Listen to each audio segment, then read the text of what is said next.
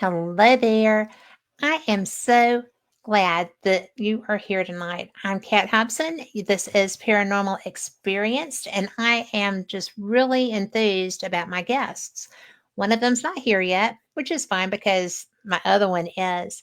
Before we get started, I just want to let everybody know that it's Sadie Hawkins Day. So if you're single and dating and you want to get married and he won't ask you, today's your day. You grab him and you get to propose. So, anyway, that being said, if I'm not with this one, I'm not doing anymore.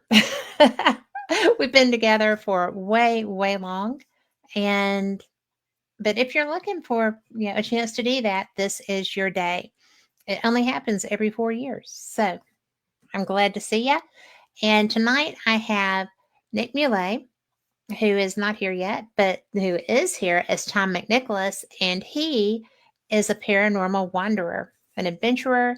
They find all these cool places to go. They live in the Midwest, and so everything is there. I live in the South, and everything is so spread out. I can't find haunted places. They're all haunted, but getting into them makes life exciting. So I'm going to go ahead and bring Tom McNicholas in so you can meet him. Hey, Tom. Hey everybody, how are you?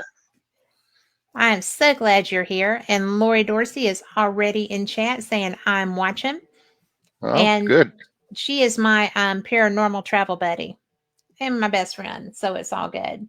But Oh, you'll be pretty soon. You'll be heading out again. I am ready. I've got the Ozark UFO conference coming up in Eureka Springs, Arkansas. Wow. That's right? Yes. Yeah. Which is Yeah. such a cool town. And have you gotten to explore there? In Arkansas, Yes. uh, I've been just north of Little Rock one time. That was about my only visit down to Arkansas. I went Yeah. down there to see that big statue of Jesus, like in what is it, Peru, or what's the Oh, name of the town in South America? um, Yeah, I know. I Corpus, can't think of it. Corpus. Lori, can you Google that? It's the town with the Jesus The statue. the It's in. Jesus statue. It's not Buenos Aires. I It's I want to say that's Corpus. Isn't it where they have the like the Mardi Gras down there too? Um, I don't think they have Mardi Gras in Well, Brazil. they have a different type of Mardi Gras down there. Is it Peru or is it it's on the tip of my tongue. I just can't get it out. If Nick was here, he spits it out. He's a rolling talking Rolodex. So He really is. yes, he is. He is so amazing. So I'm just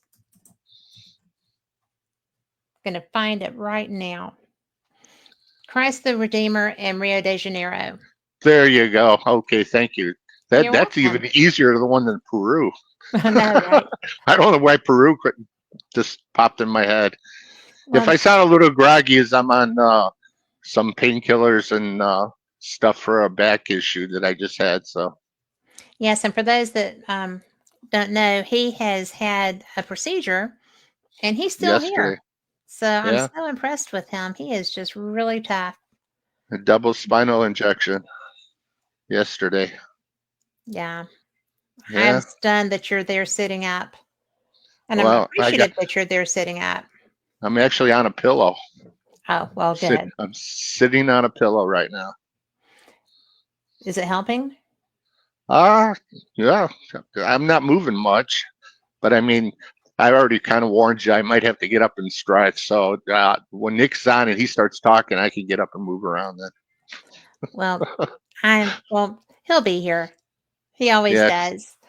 But, yeah, well, while we're waiting on him, I have always wondered. I know that y'all's community is close and tight. Y'all, there's so much that y'all can get to in a yeah. fairly short drive.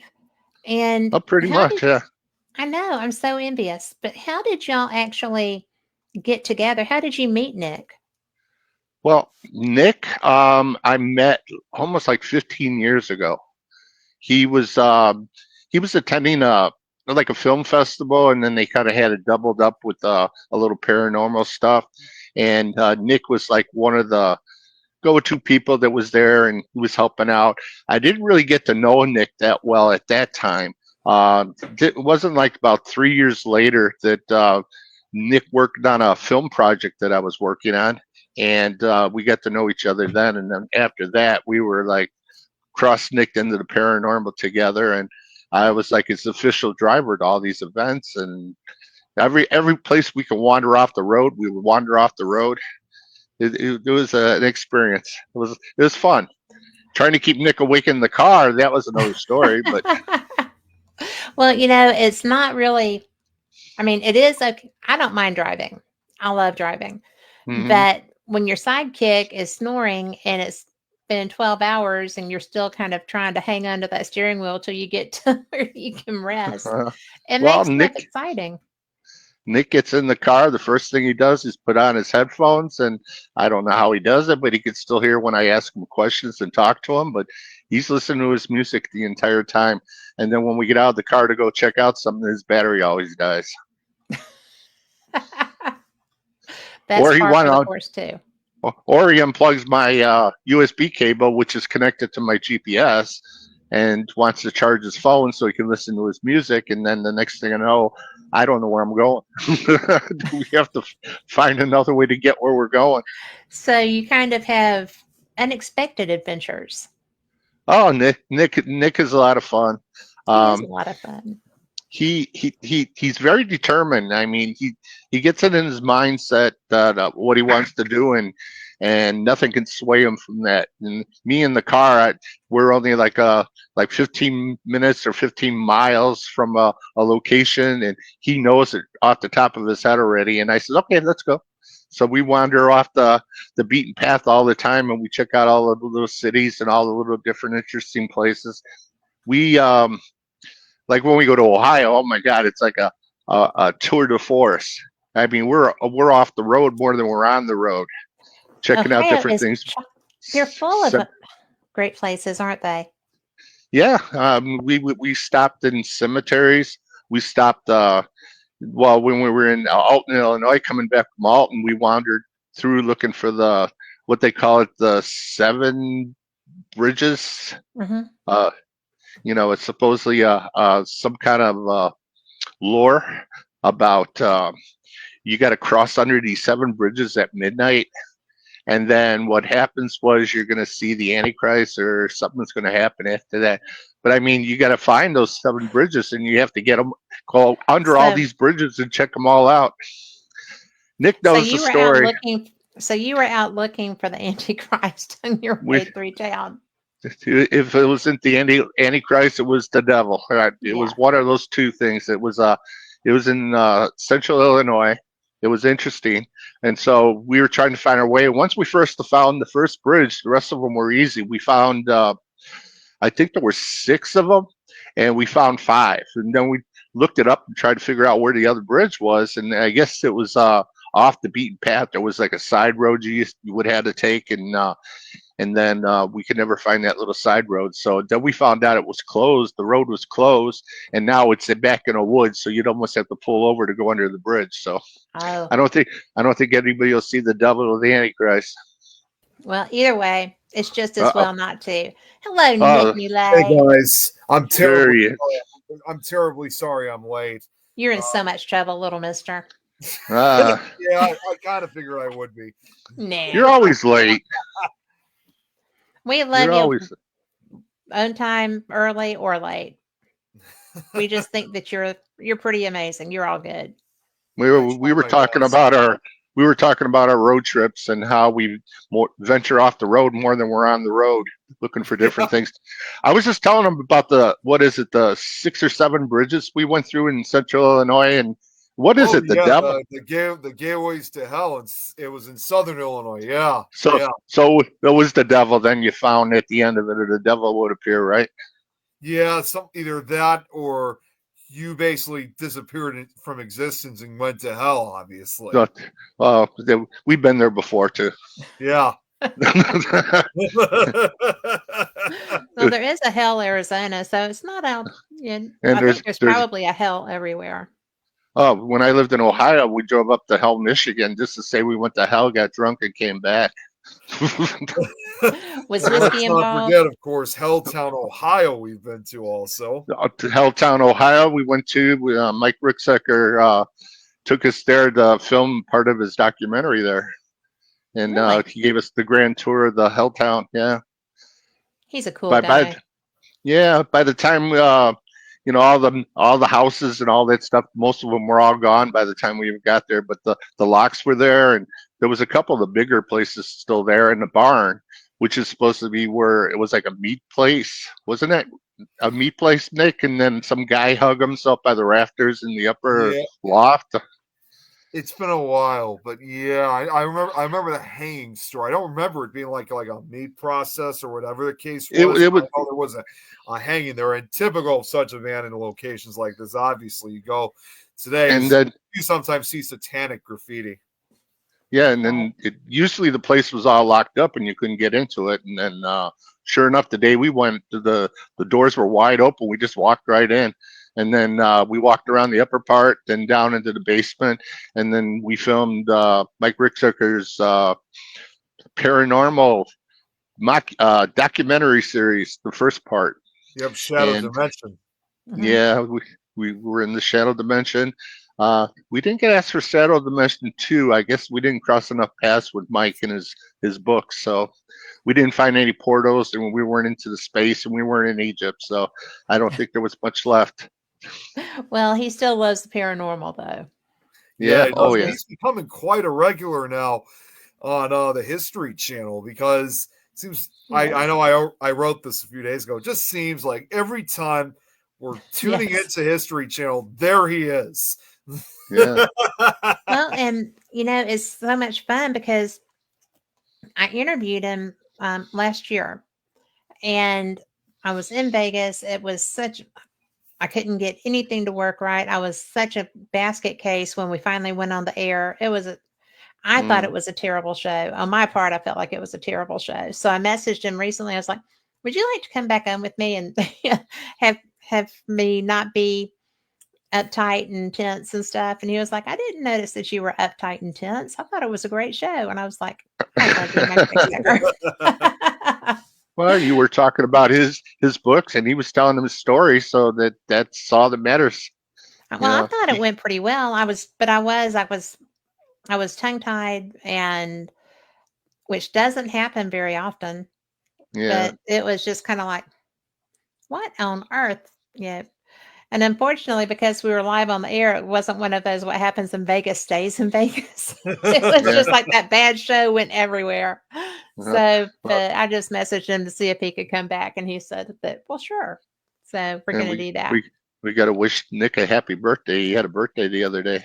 That's Oh, correct. that's right. Birthday guy. Yeah. What are you, Was it big? 32 now? Yep, 32 years old.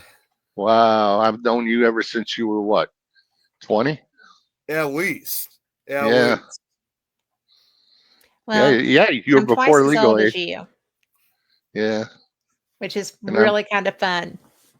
It's more that, three well, times this as is old as you. what's even more fascinating, Oh no. not only just for my age, and I'm either going to try to write it later tonight or sometime early tomorrow morning. But I'm actually saving on a really well written Facebook post that I wrote because I want everybody to know this. Because of my age now, I've also entered my 20th year being in the paranormal field. I made it. I'm Yeah. basically a veteran, 20 years involved in the field, and I had like I among what I wrote, and you guys will see this eventually, was to show how basically all the ranks that I climbed up, during these past 20 years, these accomplishments, Yeah. and Yeah. along with pictures of me growing up. Some of them, yeah, may not look paranormalized per se, but Yeah. I really wanted to make it as realistic as possible, just to show to also show how far I really went from the time that I was 12 to the 20 years later to the time I'm now 32. Right. You were an eager beaver back then, and now we got all pictures of you sleeping in our cars. everybody talks about everybody talks about you sleeping in their cars, Nick. Yeah, Uh, well, now I've discovered I'm not the only one who goes through that. If you guys know Jenny Davis, she's gone through the same thing too. Jenny That's Davis one is a thing we have in riot. common. Oh my gosh. You should come because she was at the Gettysburg Battlefield Bash last year. You should come too. I yeah. really want to. Trust me, I really do. It's just a matter of trying to get out there, obviously. Well, Yeah. I'm We going were to be we were there. in Oh, there's we were, Victoria Monday. yeah. Well, Victoria? speaking of Victoria, we were just about to go down to see her in Texas, but since I'm having this difficulty walking and stuff, I don't know how I'd be getting down there and keeping up to everybody. Well, It's you're going to and give yourself time to heal from your injections, and then you can give that a go. yeah. If we So got, hi, Victoria. it's still well, it's still a month away because it's like near the end of March, I think. So Yeah. I guess we'll just have to wait and see where things go, as we approach the end of March. Yeah. What did she say? The sexiest men in the paranormal show tonight. Uh, Be oh, jealous, Victoria. Be jealous. I've got them both. well, she met Nick, and she hasn't met me yet. Yeah, I And, know. and Yeah, if you guys, when I finally met Victoria in person, basically just a few months ago at the Michigan Paracon, which I found out she drove all the way from Texas to all the way Michigan. from Yeah. Texas. I'm thinking to myself, jeez, that had to have been Yeah. quite a journey for her. I mean, it just like, I don't know how anybody could do that, but anyways, I finally Well, got to you would meet have been sleeping, so it wouldn't have been Yeah. hard for you. Well, even either way, I got to meet her in person. She was even nice enough to let me sit at her vendor table for a little while Was because she as lovely as you thought she was going to be? yes, she was. Because for the most part, unlike most paracons, like we're usually Tom's with me, this was one Yeah. of the few paracons that I you was were with pretty Dan. much on my own. So when Victoria offered me to sit at her table, it was just a very cool thing. I hung out with her for quite a 3,000 miles plus. Jeez. Yeah. So she's very sweet. She's She is fantastic. very sweet. You both like to talk, so it's a perfect match. Maybe that's why Victoria and I get along so well. What do you think, Yeah. Victoria? Probably, right? Probably. Yeah, I just try to get her on the phone, and she never has time for me. I bet that's not true. Well, she wants me to call her or text her and tell her when I'm going to talk to her on the phone or something, and we just never matched that, I guess. And all I was going to do is just ask her a couple of questions about Texas, San Antonio area, actually. Well, I'm sure she has answers, so it'll come together. Oh, I know. And So I can't see if she's saying anything. So she I guess. said, "And the beach." And the beach. No, I don't like beaches. That's Have one you thing been I to do. one? Oh, Really? I've been to the I didn't know that. I've been to the ocean. I've been to Lake Michigan. I don't like either one. Well, I wouldn't like Lake Michigan, but which beach, which ocean beach did you go to? I was on the Atlantic side, and I was doing a scuba dive off of the coast of Pompano Beach, Florida. hmm Yeah, and I did a dive out there, and it was crazy. But Was I don't it? like the beach. Yeah. Was it the wildlife or the water? No, it was the water. I was scuba diving. It was like 40 feet of water. hmm Yeah, and that was like my first time in the Atlantic Ocean. The last Atlantic Ocean I dived in North Carolina. I dove the graveyard of the Atlantic. Oh yes, the great 130, 130 feet underwater with 15-foot brown tiger sharks swimming around you. Oh, Yeah, Yeah, that's a frequent No. area of sharks that they often patrol that area. So kind of a big hangout area for them, in other words. Well, I should have Well, clarified that every 10 years or so I reinvent myself and I try a new activity. I mean, I've done scuba diving for a little over 10 years. The paranormal, I've been always in and out of the paranormal. Then I was a filmmaker and producer for good 15 years. really? Well, like I said, that's where Nick and I finally touched base together, and they had a chance to, really get to know each other. And then the next thing you know, that's when we started hanging out doing the paranormal stuff. But I've known Nick since he was like a knee high to a grasshopper. Yeah. So Okay. not that long. That's a good way to put it. So that, So, and Victoria says she did a Caribbean pirate tour, and Carl laughs at me, right? Because he has with his laser engravings, which I just got one, a Oh, machine. So awesome. I'm waiting on mhm. my vent thingy to come. It should be here, but it will be. But anyway, so he has a fabulous pirate design. And Ah, I mean, my high school team were the Buccaneers, right? I've been a pirate my whole life. wow. And so, and I'm a big Key West person. I went every year with my girlfriends for like 20 years, right around in Mm, there. And that's actually where I broke my knee, just to be different, have uh, a different start to the trip. And I didn't even have a drink. I had just gotten off the plane. We weren't even in our condo yet. It was so funny. There is I'm, the design. Carl can, yes. Is that wow. not incredible? Nice. So he's going to be sharing that with me, and that's going to be something that I'm playing with and loving. So I'm going You to put should it put on it, some of my stuff, yeah, put it probably. in a PDF format, and then it saves the resolution of it. So you Okay. can make it bigger or smaller, and it doesn't really lose a lot of resolution. Thank you. I didn't know that.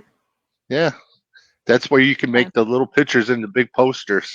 well, I'm going to have Carl's blessing for that first, but Yeah, we'll talk about that when I get that from him. But yeah. because he's really excited to help me get started with that, I'm going to try to make things to take with me when I go to conferences, Hmm. and have like Fate Magazine Radio and Paranormal Experienced Radio, and things, and you know cool stuff to share, Yeah. because last year when I did the Battlefield Bash, yeah, I use bells. I have bells, and this is mine. Oh, But I gave them away at the Battlefield Bash and asked people see if on they the would big use screen. them. Huh? Now I had to look on the big screen. Oh, there. My phone. I don't. There you go. Oh, those are nice. Yeah. Thank you. Well, the ones that I was giving away aren't quite as ornate, because I just ordered a case of them and took them with me, because mine goes off. And I thought, Oh. all these people at the Battlefield Bash are paranormal investigators. Oh, wow. So I took the bells to give people and said, look, the only caveat, I don't want anything for them. The only caveat is I want you to try it in your investigations. And if you get any interaction with it, just let me know, you Oh, know. that's interesting to leave a trinket around and see if it picks up an EMF or something off of it. Yeah. Well, I mean, that's what I Hello. get. That's in my house sometimes, Oh, the right? bell. That sound. And it Oh, sits really? back, and it sits in here in the office on my desk all the time. Oh, it just goes And off. yeah, I have family here. And so Oh, periodically it does. And the first time it did it, I was like, where are the dogs? How did they get up there? Was not the dogs. But it doesn't do it very often, but it's enough that I wanted to give other people bills to try it with. I have a bell over on the floor by my cat's treats, and I wanted to try to get her to ring the bell when she wants a treat. Yeah. She hasn't done it yet. So, I guess she hasn't wanted one bad enough yet, right? oh, So, she's got a routine. When I turn the TV off at night, she jumps wherever she's at and runs over to the treat. She knows she's going to get a treat before I go to bed. my dogs do that. If I Yeah, get when I get off the air on show nights, they're straight to uh, the kitchen. right. So, because they know That 9 o'clock is treat time. they know your routine. They memorize your routine. Hmm. That's why she knows when I'm coming in the house, because she's in the hallway when I come in the house, and then when I go to the bathroom, when I get off the couch, she knows I'm going to the bathroom, so she tries to beat me there, which I got to be real careful for now because she goes right under my feet, Right. right in my pathway. So I have to grab the walls to kind of walk across her because obviously I've been not walking very good. Yeah. But uh, but today I'm not using my cane to walk around, so Well, I that's haven't gone good. out. I haven't gone outside yet, but I mean, I take it with me. I got a spare one in the car, and I got one up here. So, in case I forget it here, I got one in my car. Good deal. But hopefully, this double injection I had yesterday is the clincher. Once you get over the shock of being stuck in your back with a couple needles in two different sides, they got to numb you, and then Yeah. hopefully you don't feel it. The last time it felt like my leg was going to go up in the air. It was just that much stabbing pain that went right from my lower back all the way down my legs. This Holy last cow. time yesterday I didn't feel that at all. He said you may feel shooting pain down your leg. I says, oh, okay, I'm ready. Nope, didn't happen. So it's already an improvement over the first experience. Yeah, yeah. So we'll just see how that goes, and I let everybody at work know how I'm doing, and everybody's concerned now. I've been off almost like a summer vacation already, but it's all coming out of my own time. So Yeah. eventually I'm going to run out of time. Then I'm not going to have anything. I got to find some other way of making some money. Well, the thing about that is that that's the reason that mostly we want to use that time for vacays and stuff like that. But it's Yeah. also there so that if we do have a health issue, that we can manage that. Well, I work at a school with special need kids, and I've been there 6 years, and very seldom I took a day off. I was faithful. I'm always there on time before time all the time, and I never used any personal time. So I accumulated 6 years for this current predicament, I guess. You Uh, you accumulated 6 years. 6 years of personal time. I think we get like 20 days a year and 2 personal days because we're not allowed to schedule vacations when you're on the clock because it's government based and you're funded off of a contract. So Okay. Well, I yeah, was just curious because I volunteer when I can with the Exceptional Foundation. Do they have that up there? I'm not sure. I'm not really Okay. sure. Well, I'll research that because it's a really good organization. And April is Denise's cousin, and she said you work with special needs kids, I and sure he do. does. Yeah, Well, yeah. The high school kids. They're yeah. high school age. I have them in my class from 15 to 21. Yeah, so it's challenging. It's rewarding too. You can't help but love these kids, and but the kids respond to me so great. It must be my youthful energy I had. Now Yeah. they're carrying me around the halls. All about balance, right? All about Yeah, balance. I know, I know. Well, And then we got a couple of paranormal things coming up, and I know Nick's got his little pen and paper already written down with all these events coming up, and I'm Yep. hoping. I mean, I'm hoping that I'm able to walk because, I mean, I could drive. I could drive anywhere I walk, uh, and yeah. I'm just like grandpapa. You know, But you know what? You're walking. I'm walking a little better now. Yeah. So, and I Nice did that the start. first time for a little bit, and then in the second week, I was in more pain than I was when I first started it, and literally, I had to crawl. And one time I was trying to get out of the bathtub, I thought I was going to be stuck in the bathtub for the rest of my life because I could not turn and get out of the tub. I couldn't balance myself to get out of the tub. It was terrible, that and is terrible. it's scared the hell out of me because I live by myself and I don't think my cat's going to pull me out of the bathtub. So Nope. Well, I'm glad that you got out yeah, because you know when you live alone, and I have, it's really very disconcerting when something happens.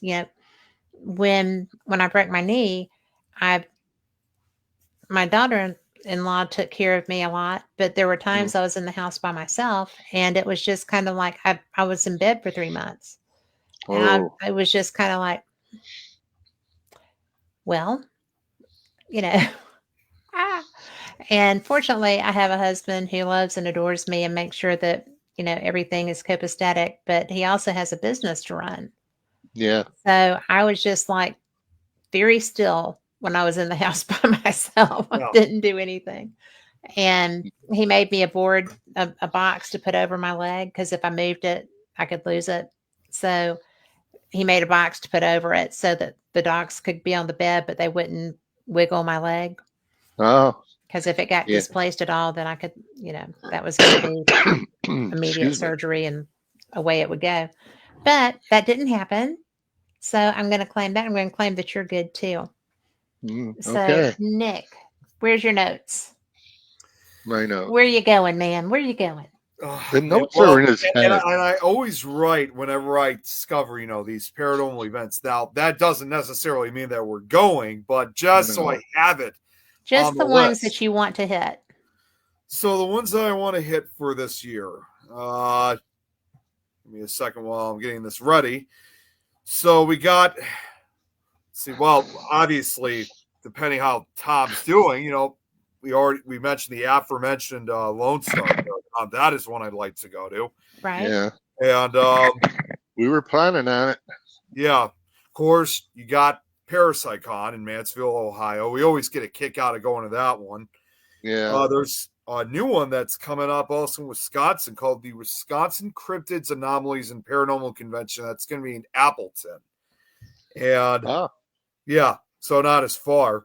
Mm. See what else. Of course, we always love going to Silicon, so Silicon's going to be coming up again. Yes. They already Well, planned, so that's coming up later this year. yeah, that's September. Yeah.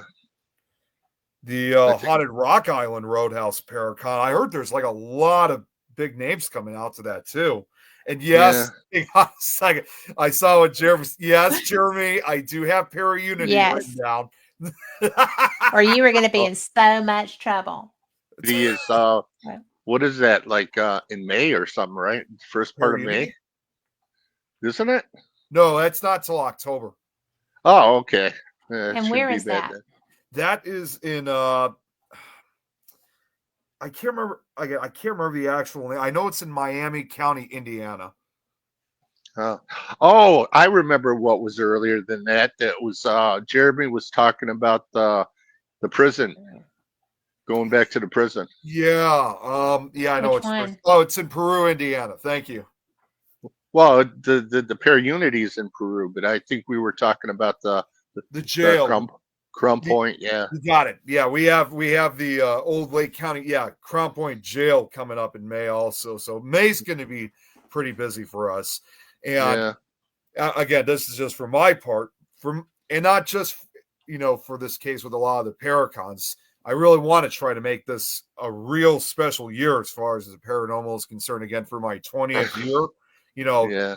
pretty much I'm trying to get out as much as I possibly can. Sure. But yeah, Me too. Me too, Nick. Yeah, I know. I know. Well, I'm I going want to to put get my out. Me Too there also because, I'm starting later this month. Well, that's not true. I'm starting in April with Yeah. the Ozark UFO conference. Ah, And I have never been to a Pure Unity conference. well, now you got a chance. So now I've got a chance. I'm going to have to talk to David about schedule stuff. But it's really cool because y'all don't just do conferences, though. Y'all investigate where you go, and Hmm. I just think that is, A, I think y'all's relationship is so special, but B, I think it's cool that y'all actually paranormal road trip. Hmm. You hear so many people talk about wanting to do that, or people that are like, "Oh, well, we do this." Well, y'all really, really do. And that's one of Hmm. the things that I think is so cool because, Nick, I mean, your enthusiasm is so contagious. Hmm. And I love talking to you and I love the energy that you bring to the paranormal. And Tom, you're go get it, and I'm just ready. Yes, let's do this. I mean, y'all are such a good team for Sometimes, stuff like that. Well, I mean, yeah, right now it's a different story for the moment, but it's just for the yeah, moment. But that's yeah. y'all's attitudes. I think it's so fun and so neat. We took our road trip to New York one time. We went to the Wildwood Sanatorium, and then we got a hold of Daniel Class, and he gave us access to the Hinsdale house. Yes. So, so Okay, he now I've wasn't got to there. stop you. What? Now I've got to stop you. I have Okay. not been to either one of those places, and I know Daniel. Um, Yeah. and I know the reputation of Hinsdale. I do not know the reputation per se, what I would go into Wildwood expecting. Wildwood Sanatorium is in Salamanca. Is that how you Salamanca, say it? Salamanca, New Salamanca, York. New York, and that's about a 30-minute drive from the Hinsdale house. And they also have this huge casino hotel there, and that's where Nick and I stayed. So we had a blast. We were playing Yeah, Buffalo. we were not only that, I still remember this is like two years later already when we had this really nice room at this place too. It was a lot larger, I think, than we bargained for. But after we got unpacked and got settled in, we decided to go down to the casino just to kind of check it out. So we get out of the elevator, and once we get on the floor that we get to, we walk out. There's these people that are going by, and Tom's like, "Hey, what floor am I on?"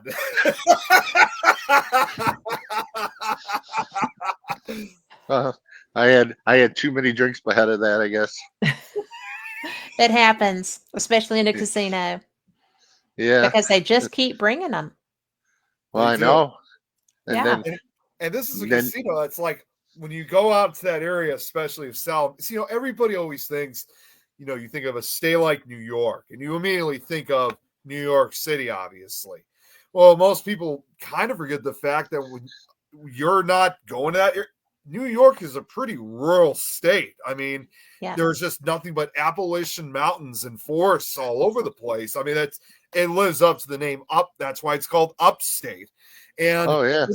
this casino, I mean, Salamanca is a relatively small town, with in In the these small hills. mountain areas, but you have this casino that's literally like the biggest building out there, standing pretty much out in the middle of nowhere. Oh my. Well, casinos are impressive anyway. I mean, because Yeah. they have all that money to put into them to get people to come. I think we And it wore doesn't have a Nick out. Walmart, as Jeremy said. He We said kind it of wore doesn't have out. a Walmart that small. Well, you got to search for the Walmarts. We always seem to find one. I think that across the street from the casino, there was the little strip mall shopping center there. Yeah, there I was. don't remember. I don't remember if there was a Walmart though, but I didn't it, remember it, seeing that either, but I will say one thing. Despite that it's a very small town, what I did find interesting about this town, and I honestly didn't think they really had this many groups, even in a state like New York, but obviously this proved me wrong, was that this was one of those towns that a good majority of the population that lived there were uh, literally full-blooded Native Americans. Something we oh yeah, just don't have really that many reservations or a huge demographic of Native Americans here in Chicago. So Yeah. upon seeing Well, these people, like it was just an amazing sight to see. Just seeing the culture, obviously. yeah. well, Well, the Hinsdale house is based on the lore of the Indians up in Salamanca, Hinsdale, or wherever they're from up Salamanca. there. Yeah. Well, that's the name itself would give it away of being an Indian reservation. So That's mhm. correct. Yeah. yeah, but The I Algonquin tribe is what was so populated so much of northern New York. Yeah. mm, And so that is something that I find interesting because we don't have that here. We don't have Algonquin here. We have Cherokee, Choctaw, Porch, Creek, a lot of different tribes here. But I found it interesting that all of those tribes are so regional. Yeah. Like while they would migrate, they wouldn't migrate far. well, Ohio's got the Indians. It's got the Chippewas. They got the Hmm. Senecas. They had the what was the other one up there? Well, yeah, Ohio had a lot of places up there that were all Indian based. I Hmm. lived in Seneca County when I lived in Ohio, so I mean they were right there. It tells you, and then there was a Fort Seneca that just north of the Hmm. town where I lived, and that was supposed to be based. An Indian reservation was there at one point. Well, I So, know that in Defiance, there's a monument relevant to Indian interaction. mm, So, because when I go to the old Paulding Jail in Paulding, Ohio, mm, Oh and yeah. when I can, I haven't been for a couple of years, but I'm so ready to go back. That jail is off the chain. If you haven't been, you got to uh, go. It's unbelievable. But and like, it's so interesting because when I was playing around in Defiance, it was really a cool little town.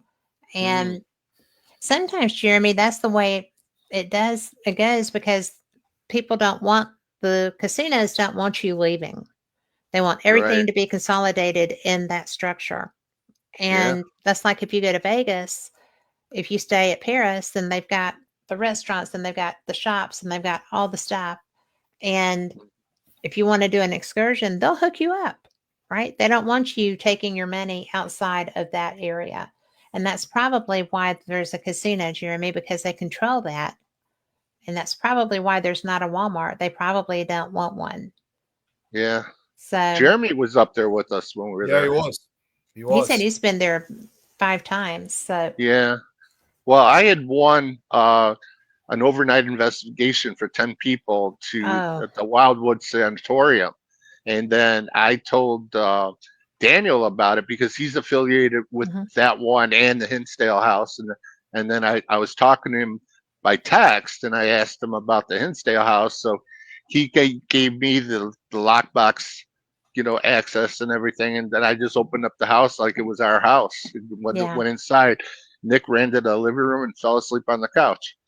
of course he Well, it's did. not even necessarily that I fell asleep on the couch. I had I had Well, one of it's my headaches or one of my your pre-migraines that they should have yeah, been I was getting diagnosed it 2 years ago. yeah, I was having Yeah. the brightness in my eyes and my head Mm, started hurting. I had to take well, I don't take anymore. I took my medicine that often would help. And a lot of times that stuff would knock me out. So unfortunately, I didn't really get to have as much of a chance as I was hoping Yeah, to investigate the different areas of the Hinsdale house, especially the woods, which was what I really wanted to do. But obviously, like any injury, you have no control over the you situation. don't. Of course, you're no. just in along for the ride. Well, the Hinsdale house, the woods are more active than the actual house Yeah, itself.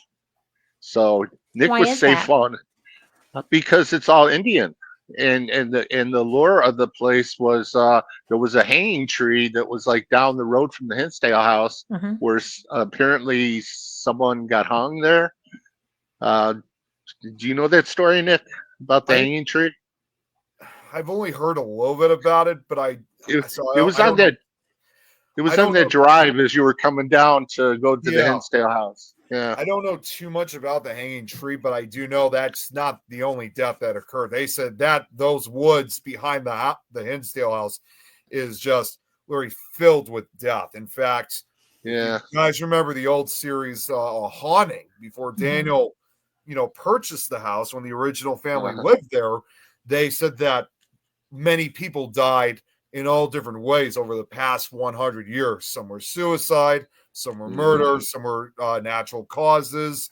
And It was drowning in the yep, pond drownings. on Yep. I mean, his. it Yeah. was it was almost everything you could think of pretty much occurred in those woods. All the I mean, I don't know if we're ever going to know.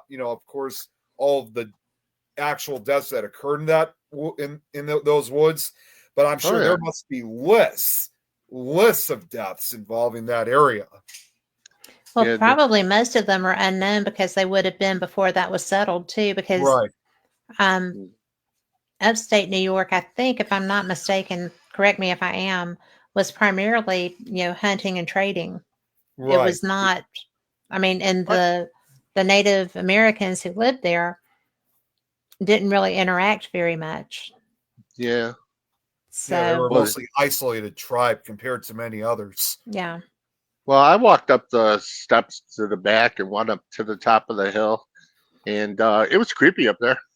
I tell you, it was Sure. dark and it was creepy. And I told Daniel, they had the tree that was supposed to be for to hang things on there for a tribute or a gift. Hmm. I never saw it.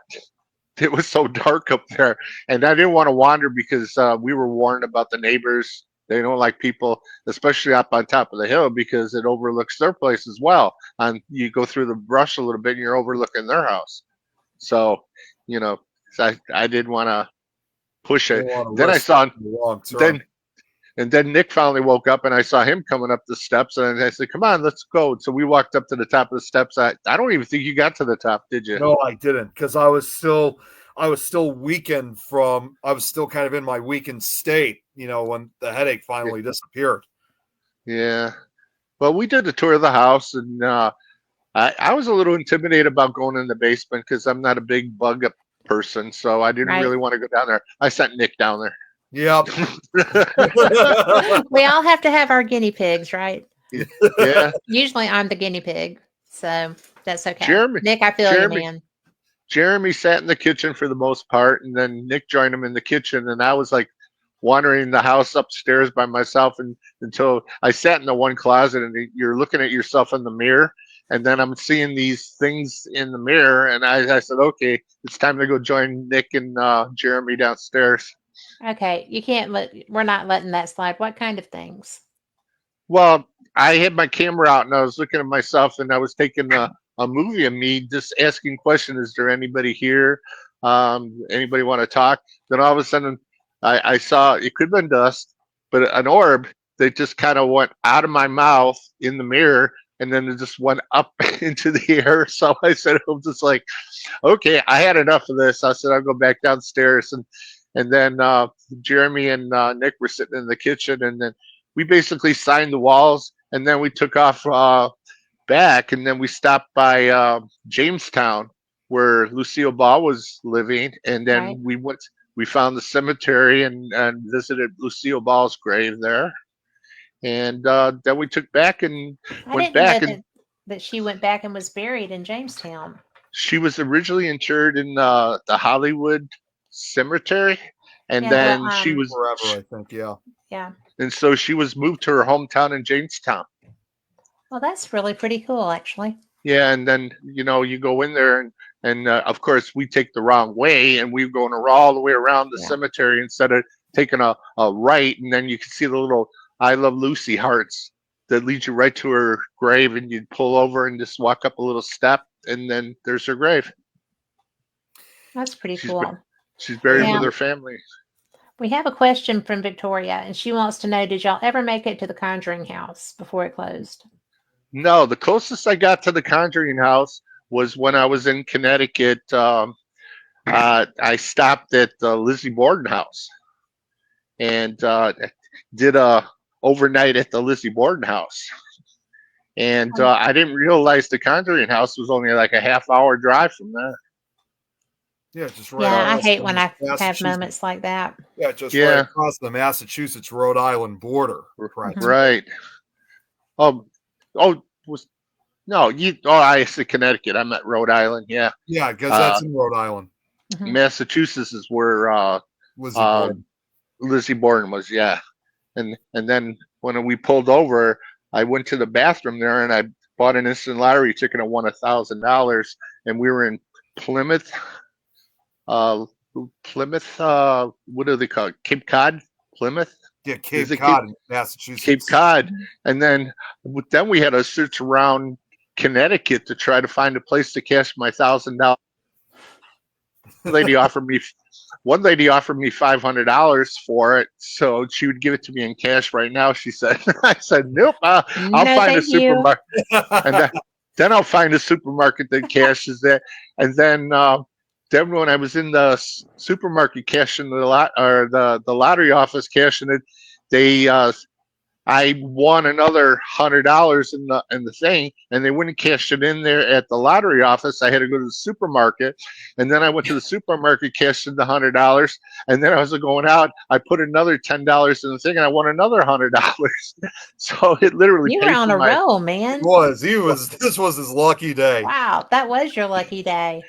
yeah. And then then when we went back, we stopped in Salem, Massachusetts, and we toured around there. I've been there before.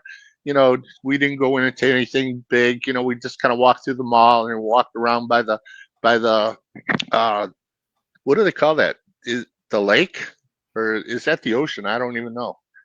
But where the harbor was, harbor. Mhm. That's what it was. It was a harbor. And so then we were walking back, got in our car, and then we're heading into Massachusetts. And we were going to get on 90 because that takes you right back to Chicago. And then all of a sudden we heard this ungodly scream coming from the side of the highway as we're going down, and it gave me cold chills and gave a friend of mine, what was that? And I says, I don't know. I said that I slowed down and pulled the car over, and there was nobody there. All this big shrieking scream that came. I said, you know what? Let's get in the car and go, because I says I don't think I hit anybody. I would have heard a thump. Yes. Let's get in the car and get the hell out of Massachusetts. I would have been freaking out. Oh, it That's did freak us out. It's just giant scream out of nowhere coming back from Salem, Massachusetts. I said I must tried to bring a witch back, and you she picked just up got somebody.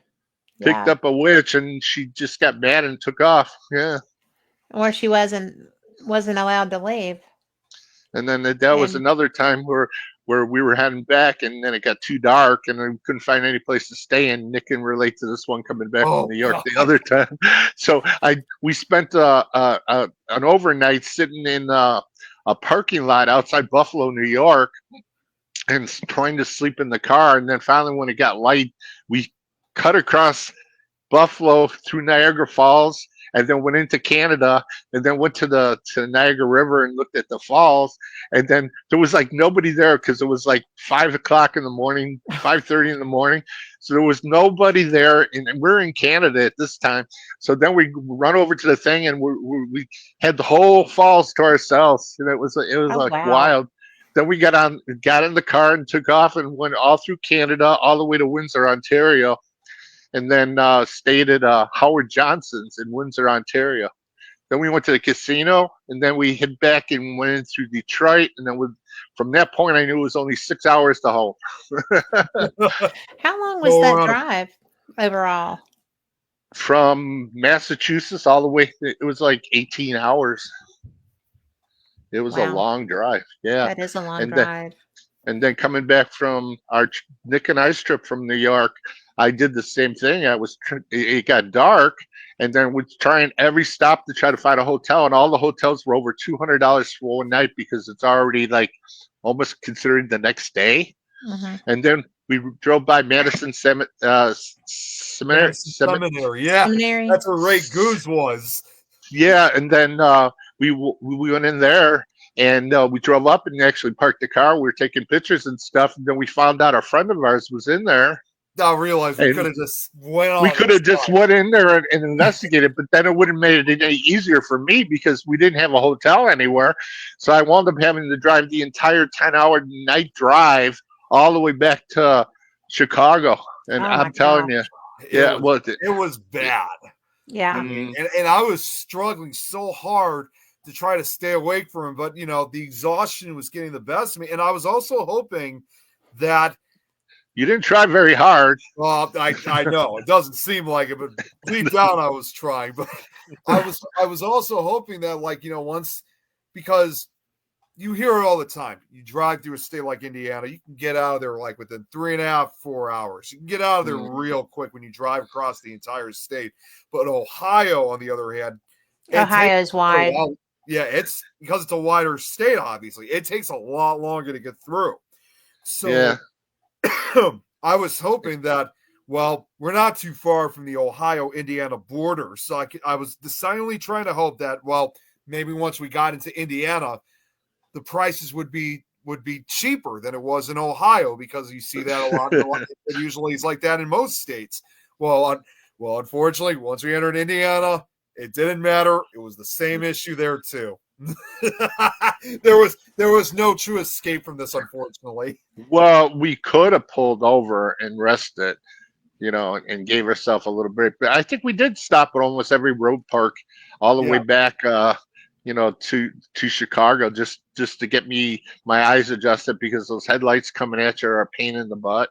They Yeah. are. Yeah, we stopped. We stopped at a few of the rest stops, and I don't know if I ever told you this, Tom, but there was one rest stop that we stopped at. This was when we were still in Ohio. That we stopped at and we were at for a little while, and I was under the impression at first that we were just going to use the bathroom or just stretch our feet or whatnot. So I ended up staying up, during that time for him because again I was trying to stay awake. Well, Yeah. then I realized that, but when I realized we were going to be there that we had been there for a while, I thought, well, this might be a good time for me to close my eyes since we're not going anywhere. But unfortunately, just before I was about to do that, that's when Tom put the pedal to the metal and we started back up. I'm like, oh, really? Look, it doesn't take me long to go to a bathroom. My God, what do you mean it took me forever to go to the bathroom? You said No, I He- mean, even when you were he sitting gave in the car. It gave him enough time to get situated. He thought he was snoozing and you were going. Yeah. yeah, you Oh, you snooze, you guys. lose. Yeah, yeah. And then what other good adventure did we have? Well, when we were in Ohio, we went. We always take 30 all the way across the state of Ohio. There's a lot of interesting places around Route 30 Yes, all the way through Ohio. And we stopped at a covered bridge a couple times, and we stopped at the in what was that other place we stopped at in Ohio? Oh, where the tornado went through, and then we took a Van detour. Wert. Yeah, then we took a Oh, okay. detour. Well, if you're at Van Wert, you were right by Paulding. Yeah, Oh my God, I forgot it was near that area. It is. Because It's like whenever 30 minutes from Van Wert. Yeah, because yeah, because every time we enter, and I'm sure we're going to do it again. Every time we go to Mansfield, Van Mhm. Wert we is because it's right again on the Indiana-Ohio border. That's like yeah. literally one of the first, if not the first town that we always enter. Well, we never know where we're going to cross into Ohio. I mean, typically when we take 30, we would cross through Fort Wayne and then go into Ohio. But Yeah. the last couple times we took detours further south, and we wound up at James Dean's grave in Indiana, and then we drove, and then we went by the Monroe House, so we had to Yep. stop and say hello to the Monroe House because that's right next to where you cross into Ohio. So yeah, we get around. And You do get around. James Dean's grave, if you didn't know this, cat, is that I mean, it's often decorated, but it's not just like with certain items or whatever. It's gone so far that there's even you could actually find lips markings on the Yeah. grave itself. So even his grave has been kissed, as a matter of fact. Oh yeah, the kissing stains on the tomb. I mean, they couldn't get the kiss stains off his headstone. I Well, that mean, was good lipstick then. yeah, it must have been. They had a lot of that acid in it. The kind of what do they call that? Hydrochloric acid or whatever? Not Hyaluronic, hydro. hyaluronic Yeah, acid. yeah. So it ate right into his tomb. Yeah, Wow. tombstone. He didn't have much of I, a grave. He was only like right off of the main road. Boom, right there. It was right there. And then, oh, I'm not even going to mention about what I had to do when I got there. No, don't remind me. okay. I'm going to leave that one alone. Yeah, Okay. I would say definitely. Okay. We're I leaving had that one alone for sure. I had to go to the bathroom. Okay. At I James said it. Dean's grave. No, I Oh felt my God, no! it was a tree next to it. across Okay. We're good. across the way, But then I didn't realize that they were having some kind of ceremony adjacent to that. So here I am standing by the tree. Did you make I, new friends and influence people? I sure Obviously, did. it was just like Ray say, Tom, what the hell were you thinking? When you got to Yeah. go, you got to go. Well, I didn't know Yeah, that they had cameras all over the place too. So, I You was made. afraid a Did cop you car make was the going to news? pull us over. oh Did yeah, you make the well, news? no, not that time. Not at that time. Oh, you are such a rascal. That's Yeah. funny. So yeah, so we make these little detours all the time, And we talked about the seeing James Dean's grave at one time, but we didn't get over to it. But we were at the Monroe House, so we must have went right through his town to get back onto the route to take you back up to Fort Wayne, because we had a kind of diverter way all the way back up. We almost wound up in Dayton, Ohio, No, good. because we took a wrong turn, and then Nick started saying about going to Xenia because they had a twister on the ground in Xenia, Ohio. That was like a couple years right before I moved to Ohio. They had During that the big outbreak of tornado. 74. Yeah. Yeah, because I moved there in 1977, and Yeah, then I lived there. the Yeah, outbreak occurred a few years prior in 74, which we actually talked yeah, about previously. I was during the super outbreak that went from all the way from Yes. Illinois to Alabama. So yeah. yeah, and I so yeah, see, we weren't too far from Xenia at that time, which I've been to Xenia itself. It's actually a really nice little town, but Yeah. you just can't help but think about what happened there over 50 years ago. Well, it's like the Well, one time we were yeah. coming back from Ohio, and I got lost and we wound up in Michigan.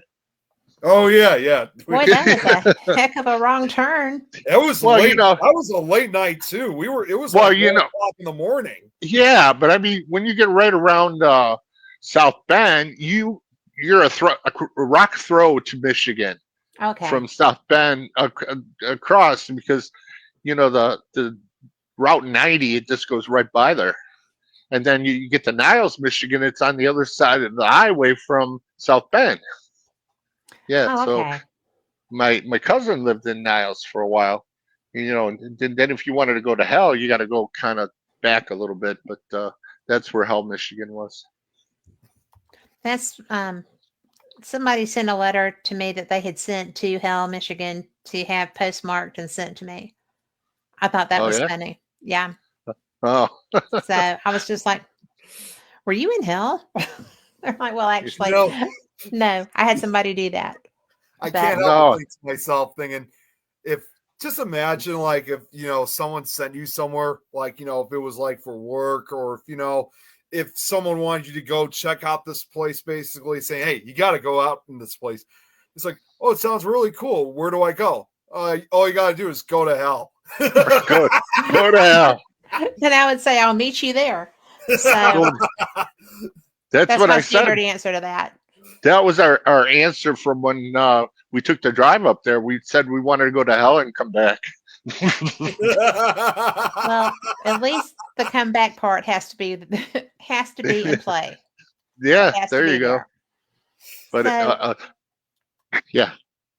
well, I was just going to say, with all of this road tripping, and you've seen so many really iconic locations.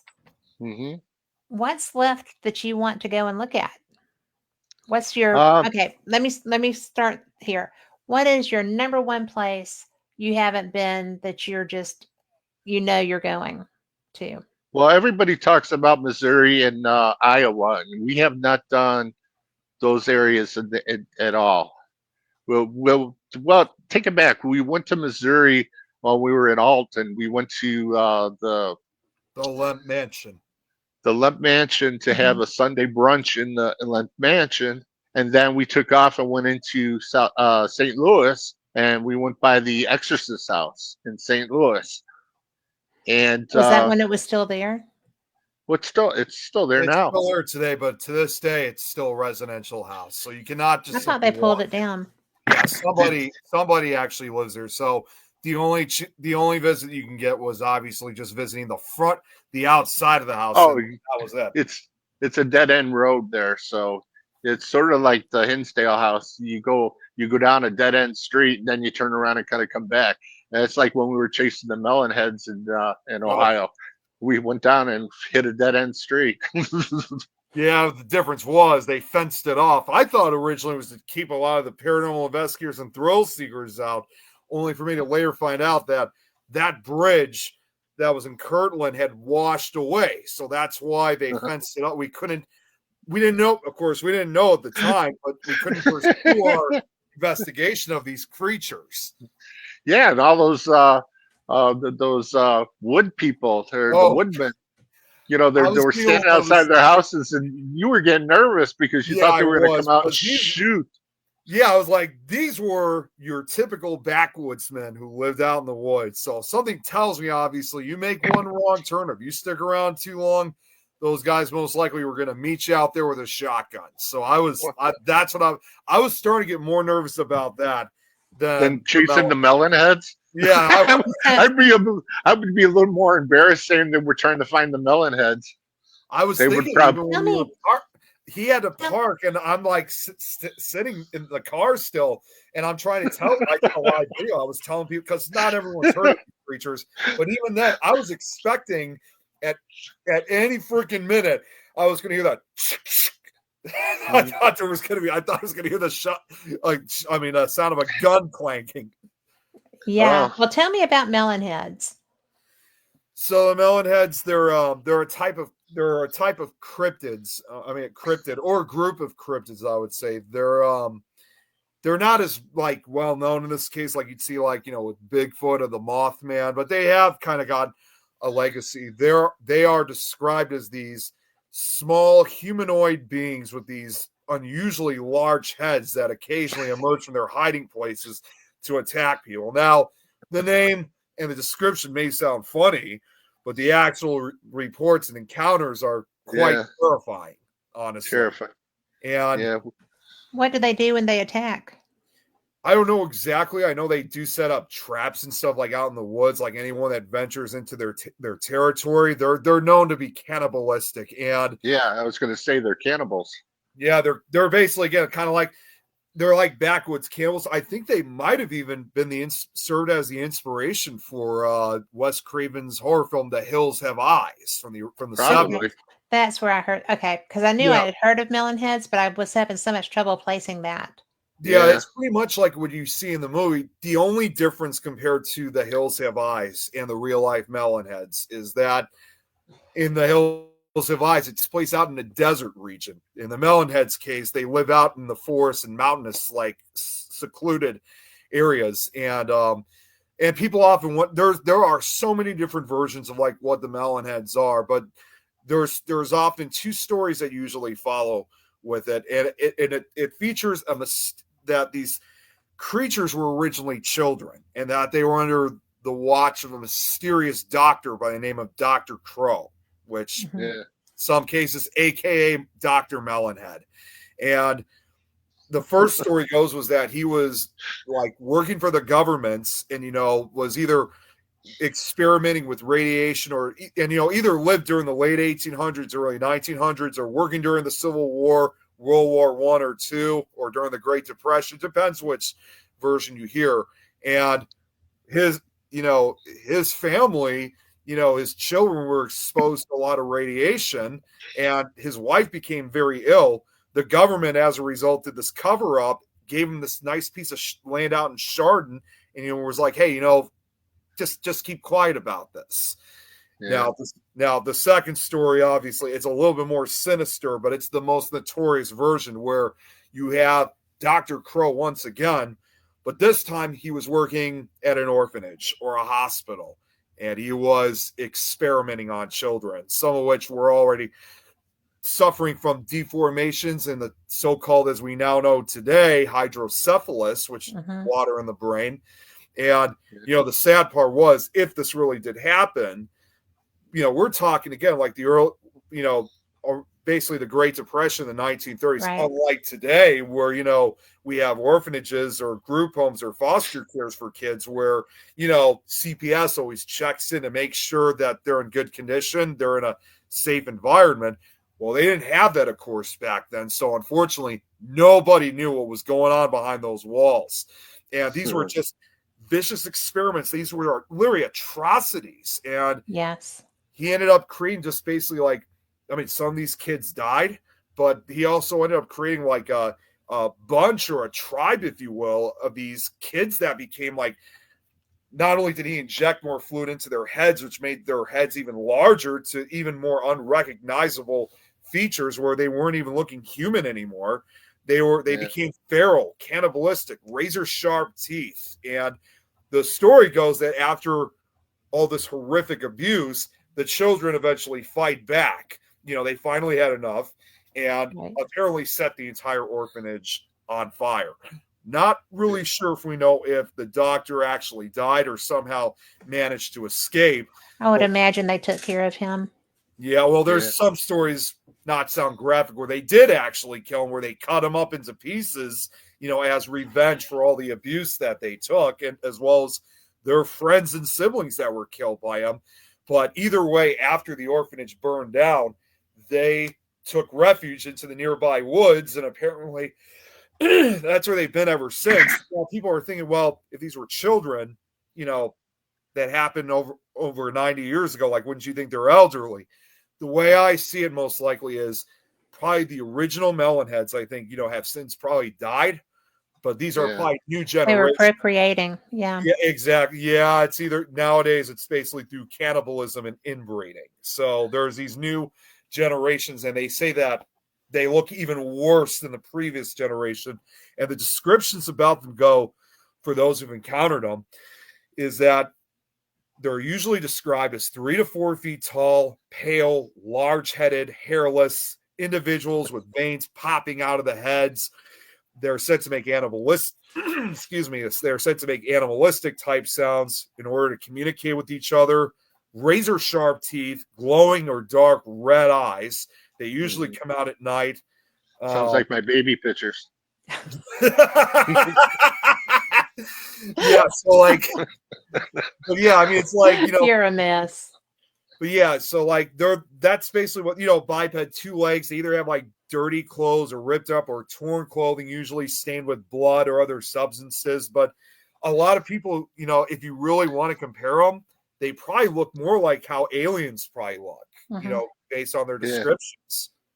That you realize that's just like one of our trips to Ohio. We did all this stuff we're telling you about. And then the other time we wound up in Kent State. And we stayed in Kent, Ohio. And then Nick was talking about this haunted house he saw on one of these scary shows.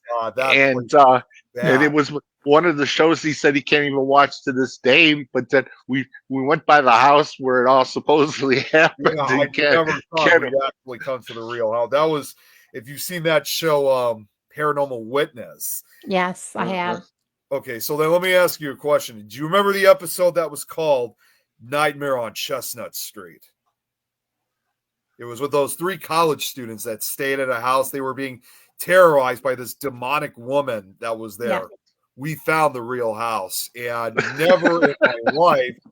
It was really the real house. Yeah, it was. Yeah. We found the real house because it was right on Chestnut Street. I think it actually looked far more ominous in reality. Did you do that on purpose? In a way, it was just kind of curiosity, but obviously we couldn't really go into, because it's still a residential location. So we only stood, just kind of approached the house for a minute, and then we immediately left. Well, the paranormal investigations doesn't mean you necessarily have to go in the place. There's just enough about around the grounds and the stuff that happens around there in the trucks to and from. Yeah.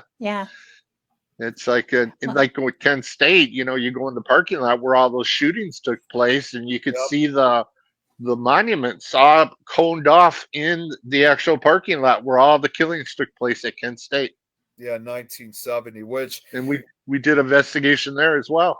We did, and it was a perfect timing too, because that was on the 50th anniversary of those events that occurred back in 1970. And there's, I don't know if you've ever seen it, Kat. There's kind of a notorious picture of me that Tom took of me standing in front of the parking lot, with my back turned against the camera, just taking a quick moment of silence. Yeah. For these kids that their lives were taken too soon. Well, they were.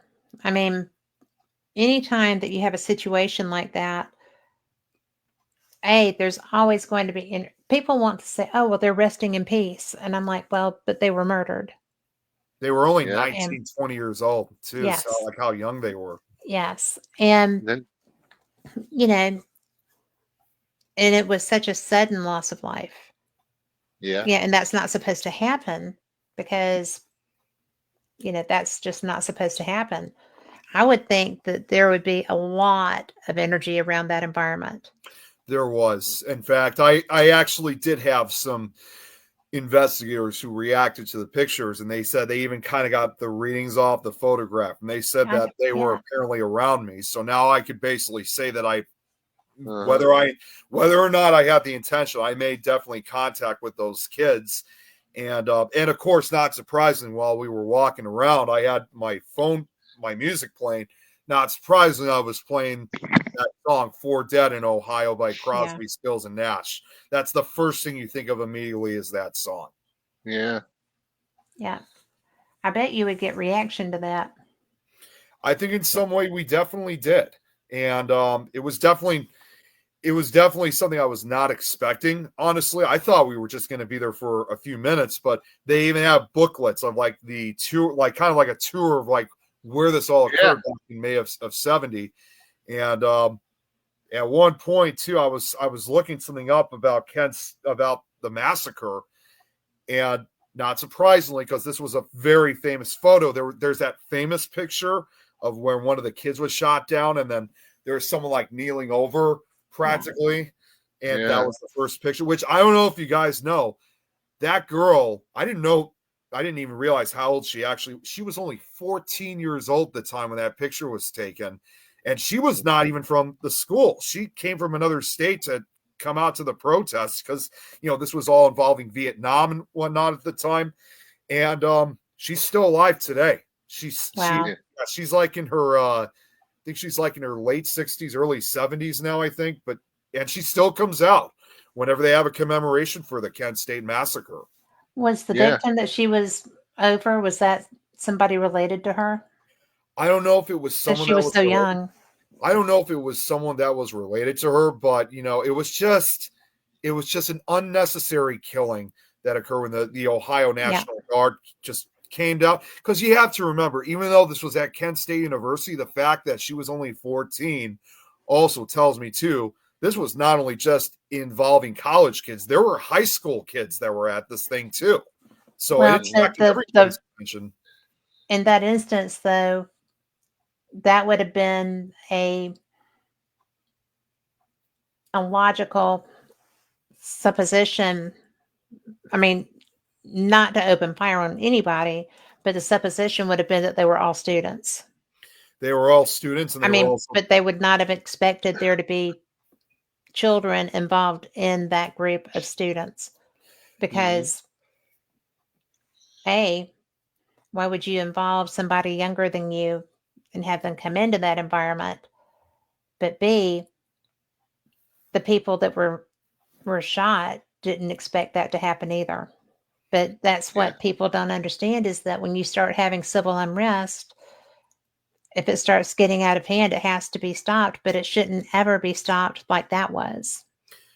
These were You just know? kids that were protesting against the Vietnam, knowing that a lot of their friends who had graduated from high school or Yeah. college prior that were now being drafted. This was still at a time when kids, unless you were going to college or you had like a really good job, you were going to go to war.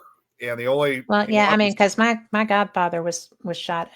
Well, they don't know who shot him in Vietnam, but he was right, killed in Vietnam, and um, Vietnam is something that I hated, and I right, was so young, I didn't really, you know. But my friends didn't have a dad, and we were only, the oldest was 2 years older than me, and I think I was 7, maybe mhm, 8. And my dad was supposed to have been drafted too because he was Special Forces, 82nd Airborne Green Beret. And he got transferred out of that unit like 2 weeks before they shipped out because they had opened a jump training facility and my dad got transferred over there to be an instructor. So my godfather went with the rest of the unit, all of whom were my dad's friends. And What so year was that? when I was 7 would have been 68. Oh, so I that was was gonna say 68. I was gonna say it had to been around 1968 because I was like 10 years old or something Mhm. at that time.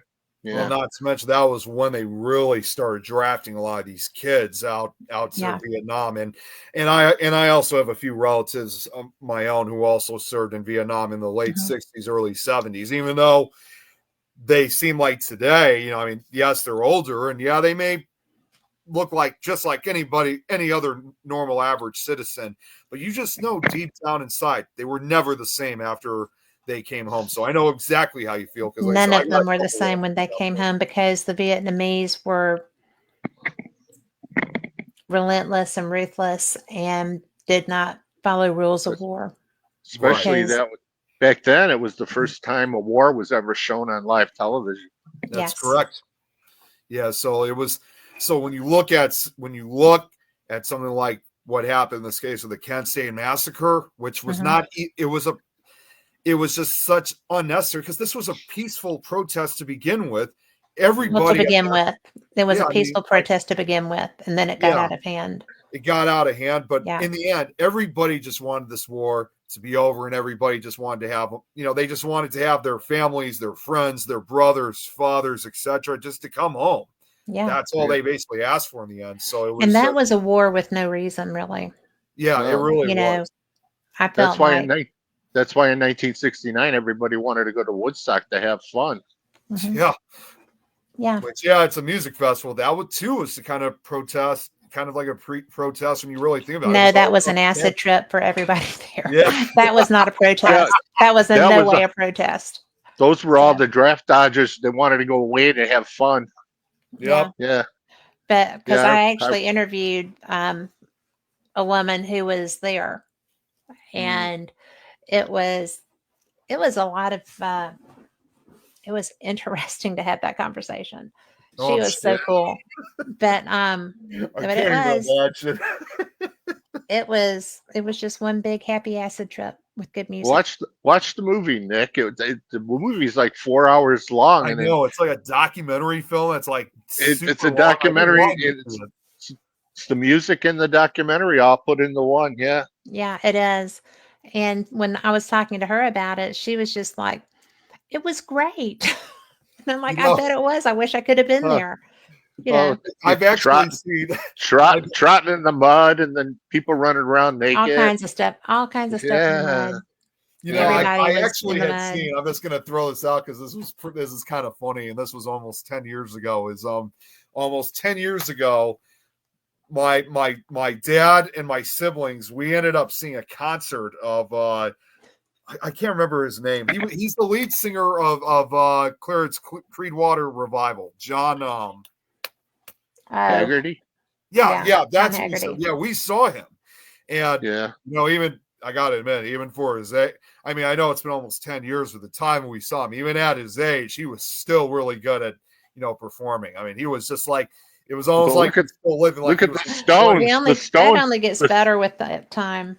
Yeah, well, the and he Yeah, the says to Stones. us, Jagger is incredible.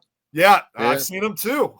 I mean, Uh, but in I this am case, too. Yeah. John Fogerty, he tells us this quick story when he was on the stage when we saw him. He's like saying that in 1969, he found out that the band was signed to perform at this concert that was called Woodstock, and of Yeah. course, like a lot of bands, they didn't really think much of it. They just thought, well, it's probably just going to be another concert, just like any other concert. Well, nobody knew what that was going to evolve into. I mean, Yeah, that's what no, was so nobody interesting did. about that. Yeah, nobody did. CCR was no exception to it, and they ended up performing. I think like during like the late evening hours. I think, and they tried to play, but everyone again, like you said, was on this acid trip, so nobody was really. Including the musicians. Yeah, it's like I Well, mean, nobody was really it paying was, attention. But he they said, had those terrible storms mhm. yeah, it during was raining Woodstock. too. I mean, it was just like, but so like nobody was paying attention. They were almost like ready to like, just kind of quit and leave the stage. But he looks over because he hears this voice all the way out in the distance. And he looks and there's this guy standing in the dark with a lighter, flickering. And he's like, hey, don't worry, John, we're with you. They ended up staying on the stage. As he said, we performed that night because of that guy, whoever that guy was. I think that's a great story. Yeah. And it's I wonder a lot of times events like that, okay? Events that were so dramatic and so iconic, and we all have seen the love fests stuff from that era and such, but that period was so full of angst and anger and fear and frustration.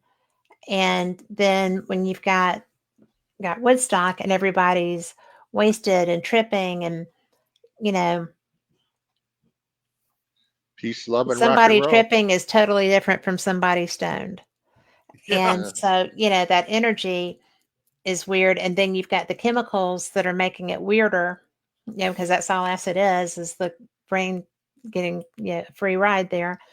And so don't you wonder if some of that energy is just enmeshed in that field? Well, Because it has to be.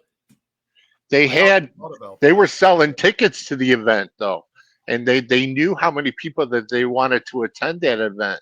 And then what happened was other Word people got got out. word of it, and Yeah. people found their way into the event.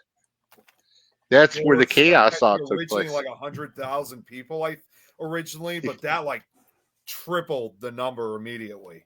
Well, Oh it yeah, wasn't 100,000 originally. It may have been 100,000 at the final. That's total. But Yes. but if that was even a real number for that. But the thing of it was just somebody's cow field. Yeah, it was. Yeah. I mean, it wasn't a public venue. Yeah. Max Bernard Yaskert, he was the one that allowed this area to basically become a concert stage. And I actually found out that because I know I haven't seen, like you said, the film yet, Tom. I heard he's even featured in the movie. Like he's like the first person that speaks out in the concert. That would be cool. Yeah, that he spoke about, that it was just supposed to be just a fun event, and he even refers to everybody as kids because I actually, come to think of it now, I've seen the clip. He says, and I call you kids because I have kids of my own that are just about the same age as you guys. And that was the farmer, but the guy to put on the event was only in his 20s. Mm-hmm. No, Max Yaskerd was in his 50s. Really? That was the farmer.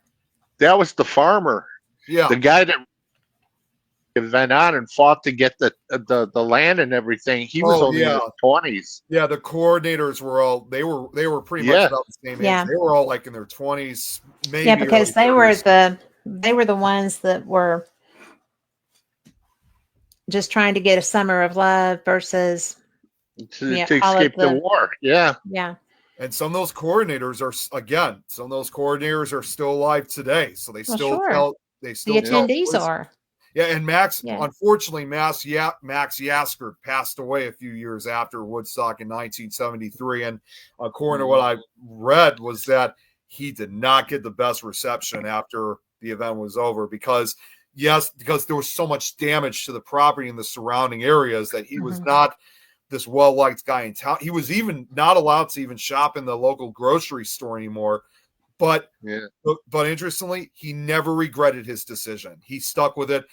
He was approached at one point, ironically enough, for a second concert in a row for a 1970 revival.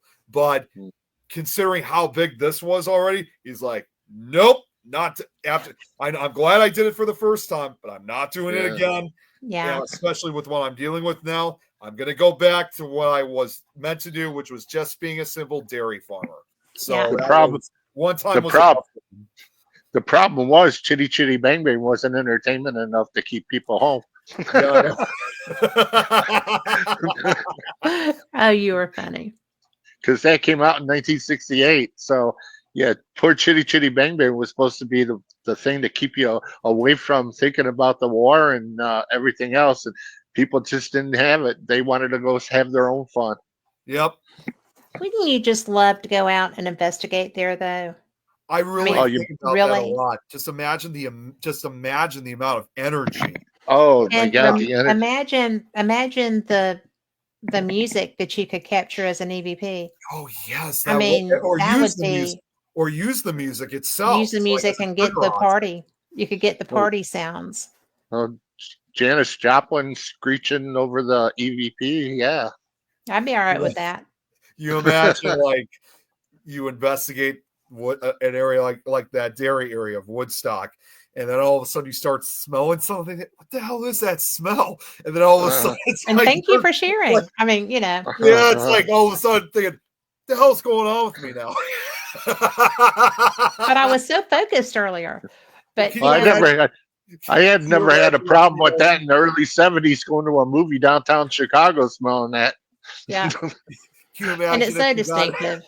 Can Yeah. you imagine if you got, basically on the acid trip or the investigation, and all of a sudden a cop car pulls up and says, okay, where's the stuff? It's like, I don't know. I It's don't know where. gone. I don't It's in, have any. I have no idea how this occurred. That yeah, would, it and I mean, it came seriously, over as because, one of our devices. but really, because when we go to battlefields, when we go to like, I've never, and I would never have equipment at the 9/11 memorial. Yes. But when my daughter lived in New York, they had just opened it, and or it might have been opened a year. But anyway, there was a fire event in one of the buildings nearby, and one of the best pictures I've ever caught, because I'm a photographer, but one of the best pictures I've ever caught was of the chief of this unit standing in the doorway where they had taken the call, just looking at the memorial. Yeah, And I was just like, and I've never shown that picture to anybody, and I won't. But when I realized that that was the unit that would have been responding, I went over and was talking to one of the guys in the truck, and I was just like, I'm from Alabama. A friend of mine died here, but not anything like the heroes that were your friends and your coworkers. And I just want you to know that the people in Alabama still hold you in our thoughts, prayers, and our hearts. And thank you for being who you are. And while I was talking to him, the guy driving the truck was getting ready to go. I started to pull off, and the guy turned around and banged on the window and said, "She's talking here." And, so he let me, they stopped, and we finished having a conversation. And you can feel, you can feel everything there. No, I'm You can sure. feel everything, every emotion that is there. And, like when I was in Scotland, they won't let you even have equipment on Culloden battlefield, right? And you shouldn't, I feel like, have equipment out doing an active investigation on at Gettysburg. Right. I Right. think oh that yeah. sometimes ground is just holy. Well, I was talking But to Nick, and I said all these adventures, and we never took out a cam. yeah, The camera we took out, but yeah, we never took out a video camera and recorded anything. So I bought. I don't know if you can see this. Oh I It's wow. a can. it's a body cam. I can wear it, Awesome. so I don't have to worry about the. And then the other thing I got is our little new talking device. Yes. Oh, where did you get that? An Epic box? It's an epox box. It's a you may not totally agree with it because it's like an app, but you let it program, and then what you do is you talk to it, and then you ask questions, and then it's got a light up for yes and no, and it has a voice, and it actually says yes, no, and sometimes it even says yes, yes, yes, yes, yes, yes if it's real strong, or it'll go no, no, no, no, no if it's real positive. Sure. And It's quite a yes, bright blue so light it gives off. huh? It's quite a The bright what? blue light it gives off. It Oh, it's is. huge.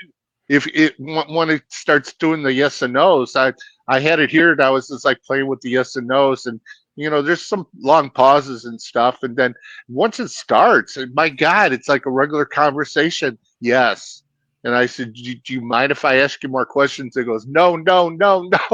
It was hilarious. That could have gone either way, Tom.